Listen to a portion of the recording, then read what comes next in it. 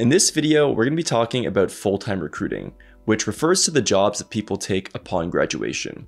Now, full-time recruiting is a pretty stressful topic because it's honestly one of the last chances that people can get in order to break into investment banking in the buy side relatively easily. The reason is because after you get into the real world, everything becomes off-cycle recruiting, and the demand for these jobs is much more ad hoc. It's much less systematic. On the other hand, these banks and these consultancies, they will consistently hire people into their summer analyst class and their full-time class every single year. So in this video, we're going to talk about the recruiting timeline, general strategy and tips that you can use in order to be successful during this process, as well as some of the most common paths that people take going from summer positions to new full-time ones.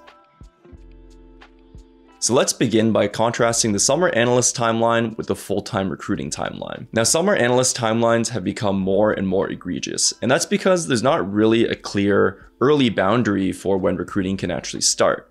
As a result, a lot of firms will have diversity programs or hiring initiatives over a year in advance of when they would actually begin, and that means that a lot of sophomores are going to be targeted for these junior year internship roles. The most critical summer analyst internship is that junior year internship, and that's because it's what converts most readily into the full-time position. Now, consequentially, that means that you need to already have your resume in order. You already need to know that you want to do investment banking or finance at this time period, and you should already have some kind of prior club experience or general finance internship experience. Now, to contrast this with full-time recruiting has a very clear upper bound.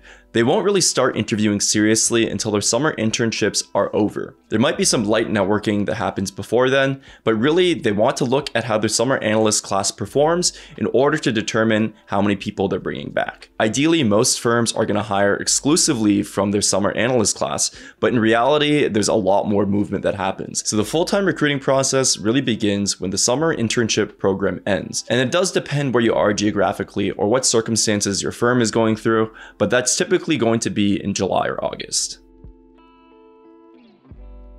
Now, in terms of general strategy, the main difference between your summer analyst interviews and your full-time ones is that you'll now have a little bit of deal experience or directly related experience in finance. So that means more of your interview is going to be about what you've learned. It's going to be about the projects that you've worked on. Now, in all honesty, you're probably not going to do anything meaningful as an intern. Even as an analyst, your contributions are kind of dubious, but you still ideally want to be able to shadow someone on a deal and be able to talk about your work in an intelligent manner. And if you'd like to see a preview of how we talk about our deals from a private equity context, you can check the free preview in the description below. In terms of actual technical difficulty, I would actually say it's quite similar to summer analyst recruiting. There's not a lot of new questions they're going to ask you. They might focus a little bit more on the technical side to make sure that you understand what you're talking about. But in general, it's going to be quite similar to your initial interviews. Now, it's not going to come as a surprise, but I would say the most important thing when you're doing full-time recruiting, of course, is networking. I would say it's extremely true that you need something of a champion at whichever kind of firm or office you want to go to. Or if it's an internal transfer, you at least need someone at the office that you're at to represent your own abilities in a favorable way. I think getting through the front door, just sending an application is pretty difficult. You want to make sure that you are keeping in contact with a person over the course of the summer. It's not enough to just email them at the end of your internship program. If you have a feeling that you don't want to stay where you are full-time, you should be in constant communication with a bunch of different people at firms that you might want to work at. I think it's a very good rule to have at least one point of contact at every single firm that you're potentially interested in. And that can really save you a lot of effort. You might be wasting your time knocking on the door of a firm that is really not going to take anyone. And I want to caution you on this because a lot of firms, especially buy-side firms, are not going to hire anyone new for full-time. So you might be wasting a lot of your energy and your networking efforts on places that are never going to hire you. But really it boils down to networking, being positioned in the right place, and getting a little bit of luck. So finally, I want to talk about some of the most common full-time moves and some of the characteristics associated with those moves. So the first one we're going to talk about is sell side moving to the buy side.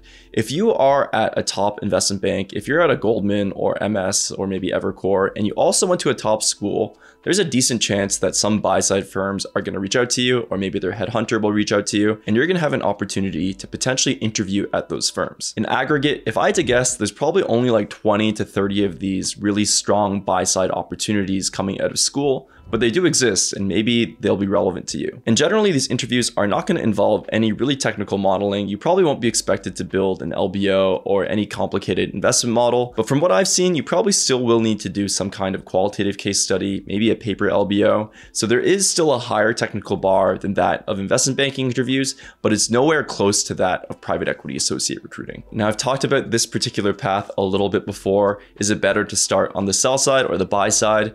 And really, if you're asking this question, you can't go wrong with either option. Now that I've had the luxury of seeing how people's career progresses, I truly don't think the slight advantage you might get on the buy side is going to matter in the long run.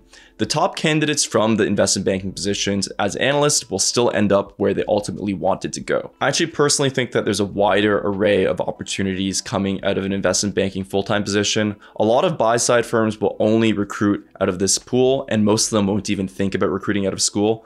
So you really might be limiting yourself in a certain way if you go straight to the buy side. So now let's talk about moving from a finance boutique or small investment banking boutique really to any kind of bulge bracket or elite boutique. And I think a lot of people, they'll go for these top investment banking positions for summer, but slightly miss out and end up at a kind of inferior role. I would say this is kind of common if you kind of join finance recruiting a little bit late. For example, if you don't really figure things out until your sophomore year, unfortunately, that's a little bit too late for a lot of these top firms to begin with.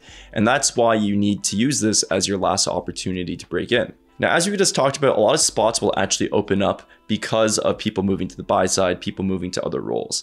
So it's not like every single firm is going to be locked. So even if you can't get it for summer, you definitely should not give up. Just think about the long game. The ease of this path is extremely year dependent. It's extremely economy dependent.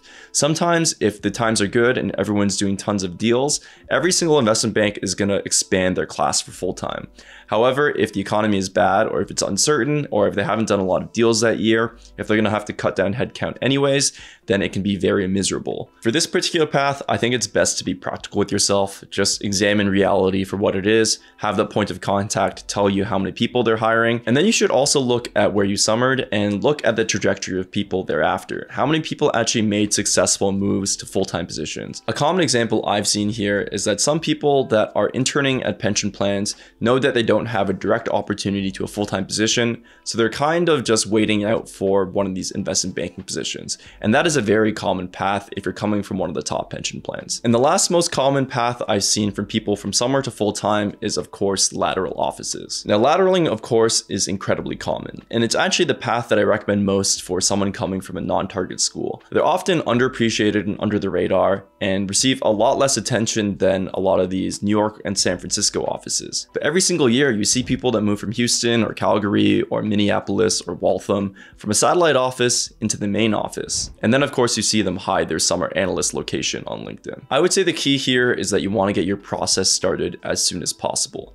Once it's relatively clear to you that you have an indication that you're doing a good job, you should start making it known that you are interested in potentially moving. Again, I think this is a very important crux. But if you're not a very good performer, or if the culture of that office is very much against lateral recruiting, you have to be careful with this. But I generally advise people on trying to start the process as early as possible.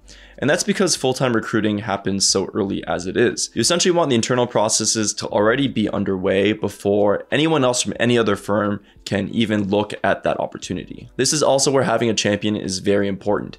If you want to move offices, you need someone from your satellite office that is willing to vouch for your abilities. And ideally, you'll also have someone in the office you want to go to, say the New York office, that can also try to pull you into the process. Now, most people probably won't want to let you go to a different office and leave your satellite office, but it's still a better outcome for them as opposed to you going to another firm. So that's all I have to say about full-time recruiting. Good luck to everyone going through their summer internships. Remember to start networking early if you want this to be an outcome for yourself. So thanks for watching, and I'll see you in the next one.